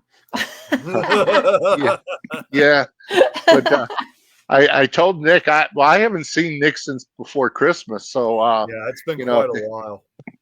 I was going to make an attempt to come out for his little, what was it party? The other party, the Oh, the Valentine's holiday Day movie. party. Oh, for Valentine's Day. Yeah. Valentine's Day party, and I knew darn well I wasn't going to make it, and it's probably a good thing that I had another thing to go to on the Friday night because I don't think you stayed home. You went out, and I Yeah, could we did. not We have. went to go see that movie I Hard Eyes, which actually was pretty good. Yeah, well, I could have probably did the movie part, but if we went, like took a drive downtown or something, my God, I said, No, I we just ended. I'll just say we just ended up going to Steak and Shake afterwards, for dinner, and just oh, we okay. we kind of called it a night afterwards. My other friends, well, Don had to work early the next morning. He always Rochelle has would to have wanted work. to stick around, but they had to get home. It was mainly most importantly, because of all the snow that was coming down. Oh, Oh, yeah, well, see, that's that was why the I other don't live that there. was that was the other thing that I was happy that I didn't go out in that snow. Yeah, Yeah, it wasn't too those bad here pretty, though. though. I have to admit, it was really nice looking. Well, yeah, Wait, until you run off the road somewhere. but y'all sent that here. I have a real issue with that. Okay. And my bestie Lori, she's in chat. I sit there and I'm just like, This isn't supposed to no, be happening. no, y'all have to really What's work. going on Y'all, here? y'all really have to work harder at keeping this there. I actually Okay, did because say I've at got one like point. 80 degrees here today. I want to keep that. I Yeah. actually Don't did send say me at one. anything else. I said at Well, one point. I thought to myself when we had all the snow coming down on Valentine's Day, I was like thinking, where the hell was all the snow on Christmas Day? Right? yeah, yeah. When people want it. Yeah, Oh, I know. exactly. But see, we can't do that here because we don't have any way of getting rid of it. We don't know what to do with it. Mm. That's why we appreciate the thought, guys, but no more. No more. Don't send me any more snow. Well, Nick, where was the place we went to? It was in Iowa, wasn't it? Wasn't it Davenport? Yeah, Or Davenport. yeah, Oh, we what's were in. there? We went to one of Kelly's paranormal conventions. It was in Davenport, Yeah. or was it Davenport or Dubuque? It was, Dubuque, I think actually now I was gonna say now that you said that, I think it was Dubuque. Dubuque. Davenport is down by the what do they call that? That's not Twin Cities. Uh, Uh that's where Rock Island and yeah, it's Rock like okay, Island. it's like right along the Iowa-Illinois border. Yeah, yeah, we went there. But when we were in Davenport, when we were coming back from Davenport, that's when that snow was hitting Chicago on Halloween. Oh my. Yeah, well, it wasn't on hot. Well, no, I think it was in November, but either way, it was coming down pretty fast. No, I thought that was the day it snowed on Halloween. We were coming back from Iowa on Oh, that well, day. you know what? Okay, yeah, okay, I take that back. Yeah, I think it was. and, Yeah. and I literally dropped my miles down because I was watching the snow go west from west to east, and so I knew it was going towards Chicago. So I was staying behind it because it wasn't snowing, and we didn't hit the snow until we almost got out into the suburbs of Illinois, Chicago, No, thank you. and No, then thank and you. and then when we got back to Nick's house, the snow was like all over the place. Yeah, it was covering the ground at that point. Yeah. So when you have weather like that, I mean, because there's been all kinds of stuff, and we've only got about 20 minutes left, and I wanted to ask this question of both of you. So, Sure. but I want you each to answer separately. Okay. Okay. Y'all have been so very many places. Uh-huh. Y'all are road trippers. You love getting out. You both love investigating, and you love gathering evidence. But separately, and if they're the same place, whoever goes second is going to have to change their place. Not really. But Uh-huh. where is your favorite place that y'all have investigated, and what was the best part of that experience for you? Who wants to go Um, first? Tom? well, I think it was when we did the tours of Joliet Prison. We Ooh, did that for well, just the one season. I think we did it 4 times. We took people okay. on tours, and then the last one that we did at Joliet Prison, Chris Fleming, and Mhm. came I know out him. and he was doing like a investigation. And who else was coming? What's her name? That's staying in your house, your new house? Oh, Mary, Mary, Mary, yeah. Mary. Yeah, she was out there with Chris Fleming, and we were taking people through the tours and stuff. And when we were out there, I went to check out the place where the Warrens stayed, and then I went up the stairway to kind of go into the thing. And then when I was coming down the stairs, I got pushed and literally almost stumbled down two steps of the staircase, and there was this like uneven slab and thing. What's like Nick was down by the medical building, so then and Dustin was with me at that time. So then Dustin and I said, "Come on, what happened. If you didn't push me, I got pushed down these stairs. So let's go back to the medical building." And then we tried to find Nick. And then that was like the last time um, the gymnasium was open to the public because even when we went into the building, the boards and the walls were like warped and really bad. And when you're walking on the gym floor, you could feel the boards. And my God, it was so dangerous. Yeah. And then, so we took the tour people away from the actual people that were doing the tours.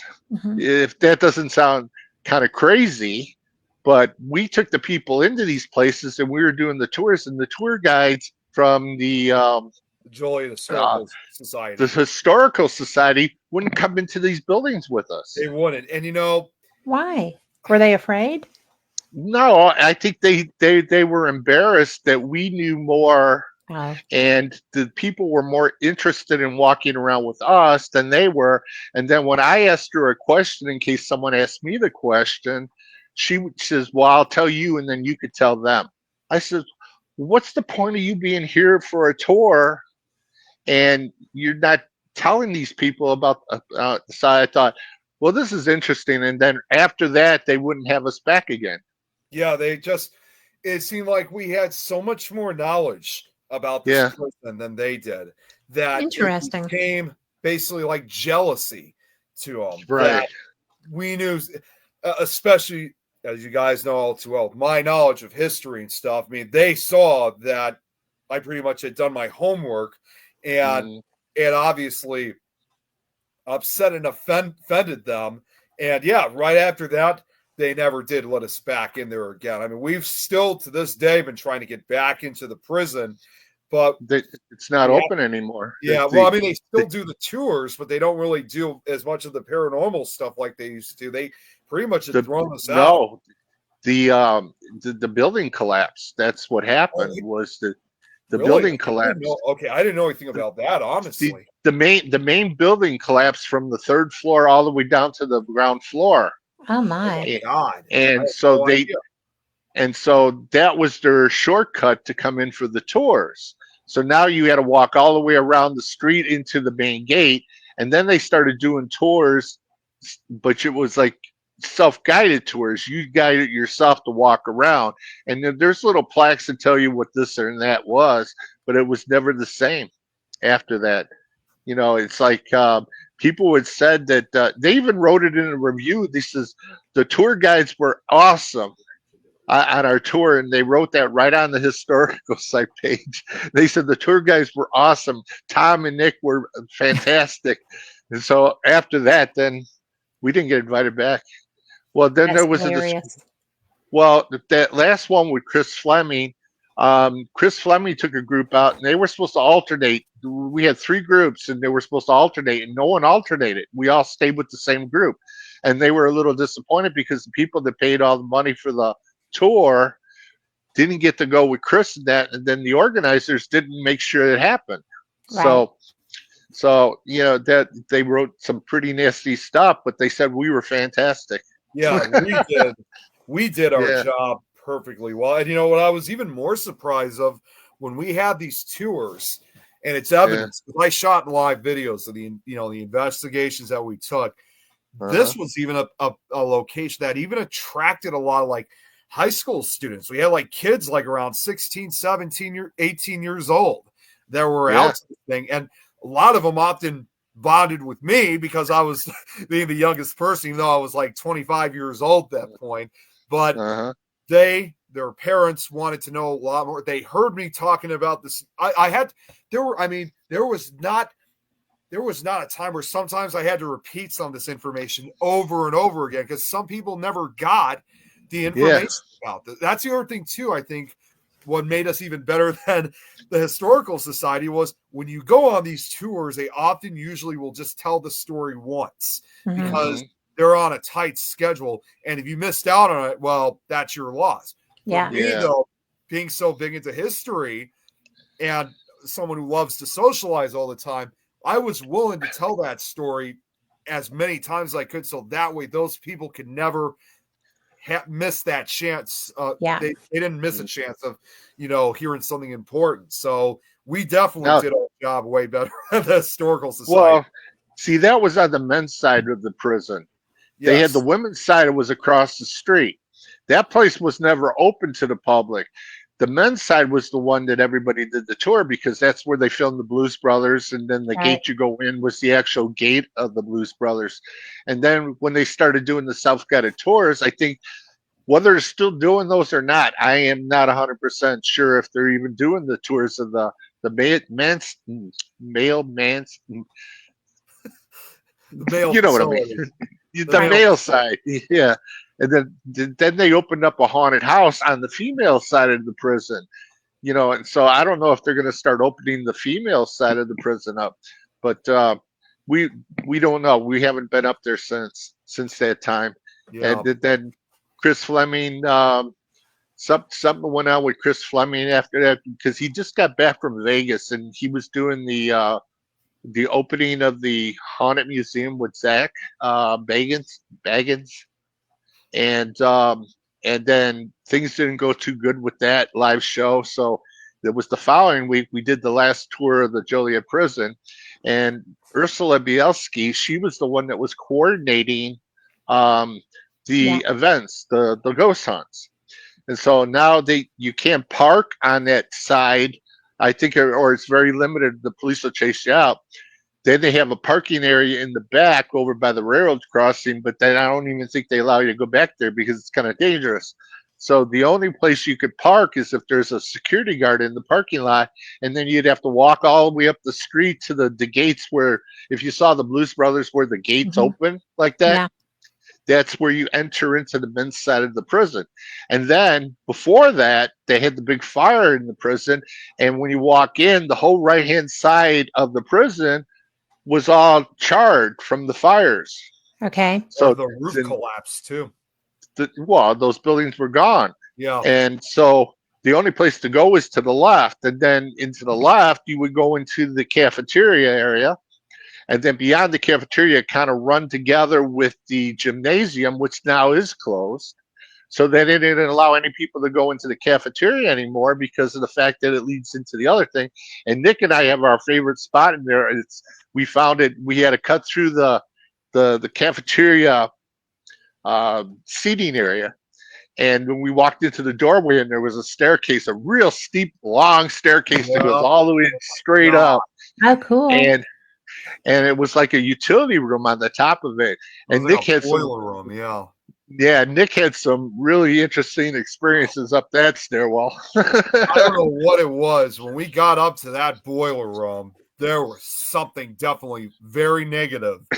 I mean, and we had a medium with us. She was really picking up. I don't think we were there for no more than maybe 10 minutes. I mean, no, none of us went back up there. Yeah, we were kind of on a schedule with the group, but we had to be up. It was just, there was just something not good about that boiler room. That mostly everybody, even if we wanted to go back, most of them did not want to go back up there for whatever reason. So, and that's definitely was a feeling that I certainly have never felt before. I don't know what it was that made that room so bad. It was very, very dark.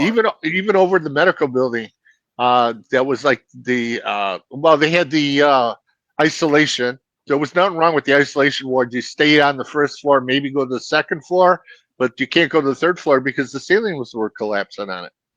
And then the other one was the medical building, and you almost had to stay on the lower levels of the medical building because the top floors were caving in.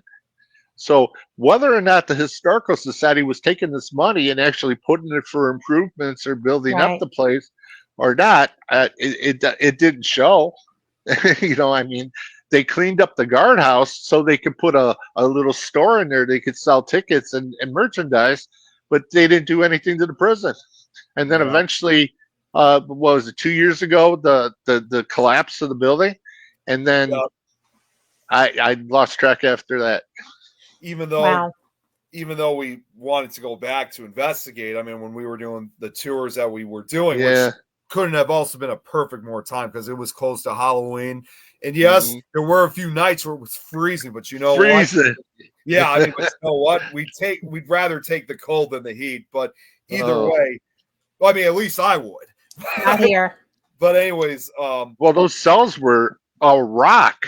Yeah, they were metal and rock, so it held all that cold.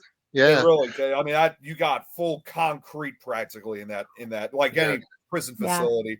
But after as much as we love to go back and investigate, we were pretty much helping out in the tours in the hopes that a lot of this money was going to go to the prison.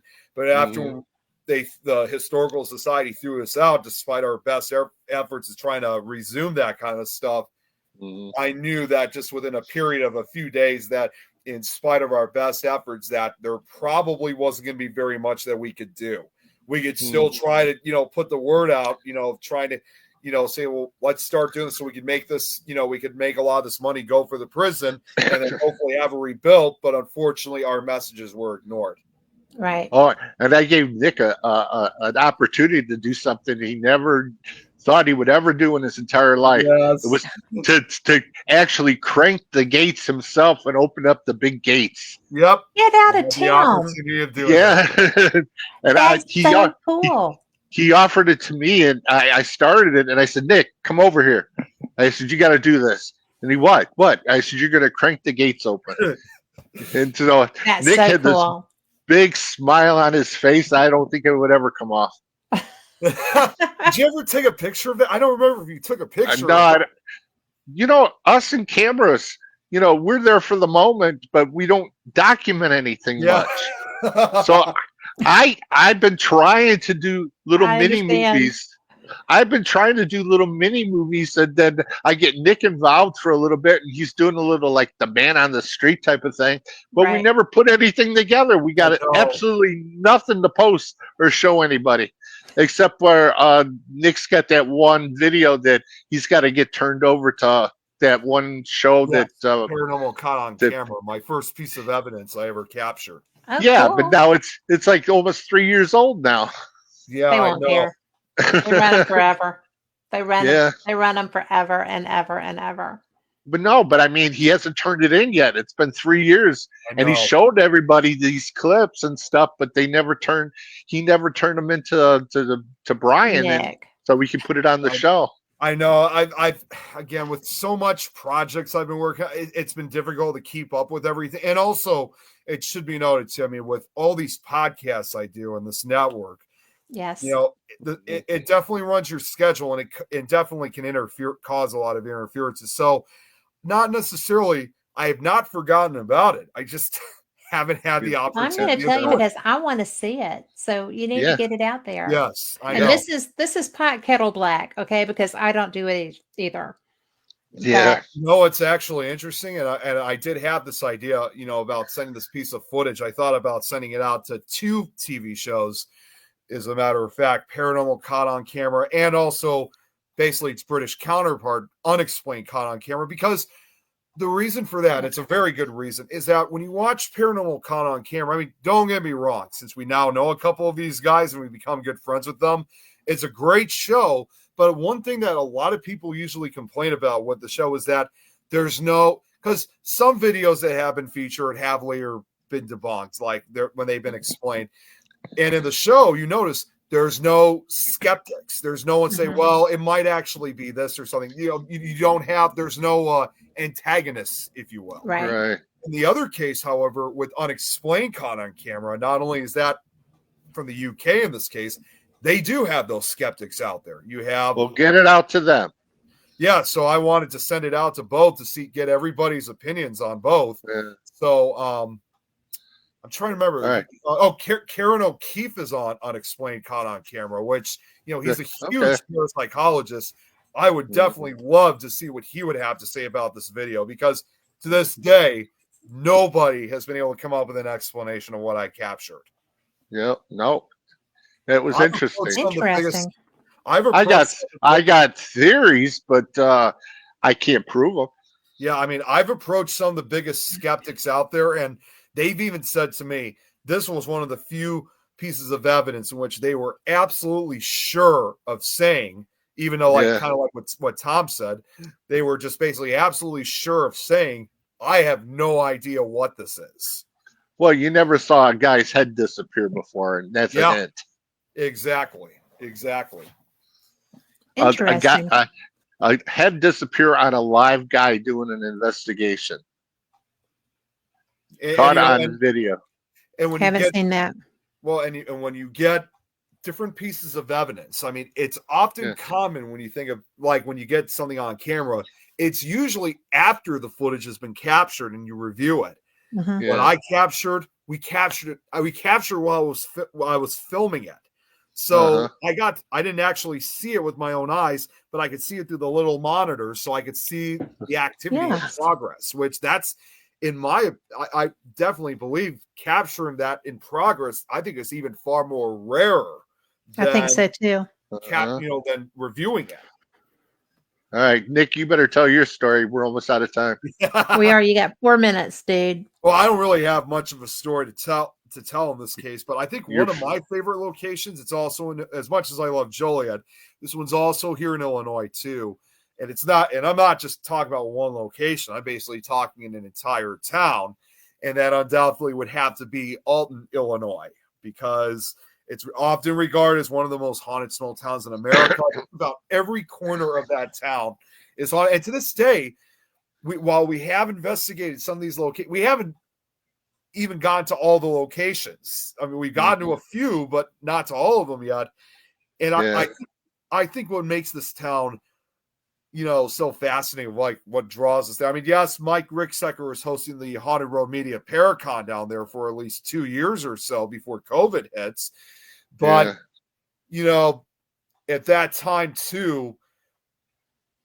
Well, that's where our biggest experience came from with Mike and Shauna. And it was Dustin and me and you where we saw the apparition of the little girl. That's correct. But none of us thought of pulling out a camera.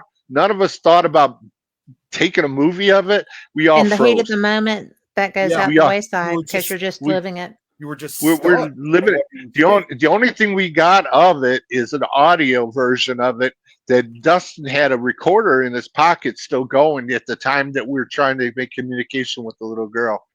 Okay, we have 2 minutes. Less than 2 minutes. A minute and a half. So, all I'm just going to say, basically, and again, it's not just even basically the investigations itself. The fact that this was also around the time when we really started meeting a lot of different investigators from different states in this case, is I would describe Alton is, for the most part, a rather mystical place. It draws a lot of people within the subject in. To me, it's almost like it's one of those towns that it's almost like one of the seeds of paranormal power. It's like our Washington, D.C. That's where a lot of people like within the community come together, is in this area of Southern Illinois. And I'm hoping sometime soon to go back, but it's just such a fascinating location. Okay. It's changing so much. Like if you notice, I got the McTike shirt on. McPike, which is the most notorious location they have there. Yeah. And this is when I was down with Denise, Mhm. and I bought the shirt down there. So, yeah, so that was kind of cool. And the Mineral Springs is now being taken over by Troy Taylor, and he's doing his own tours there now. And he was also doing the tours at the McPike Mansion, but now I think they're pulling it from the McPike Mansion, according to what Sharon was telling us. She wasn't sure how long it was going to last. Now Sharon's doing construction now. We're almost the second landing of the whole home is almost sturdy enough to go upstairs. Cool. I mean, I can't say more than that, but they've been working and working and working, Yeah. and now they got the side rooms open on either side, and one now is like an indoor little store now, and you can actually go in, which you couldn't really do before, and except we're standing in the foyer, but now they got the one room open where you can actually walk into the one room, and now it's like a makeshift little store now for where they can sell the merch. Well, that is too cool. Well, we are Which, out of time, and Victoria says you guys crack her up. In time, you better come to Texas. It's the last Lone Star Paracon. It's now or Oh, boy. never. well, And thank you, Victoria. give me a So, call sometime. yeah. All right. So we are out the door. Thank you so much. All And right. you know what? You be well, sir. You I'm be trying my well. best. I'm All trying. right. Thanks for And My having you, us. body. All right. Take care. you too. And Nick, you catch up on your rest, my friend. Definitely. All right. Good night, guys. And for everyone listening, thank you. We just Thank you. appreciate you being here. And I'm glad that y'all got a chance to enjoy these guys. They're awesome. All See you right. next Thank you. time. Good All night. Same right. cat Bye, time, everyone. same cat channel. Good night. See ya.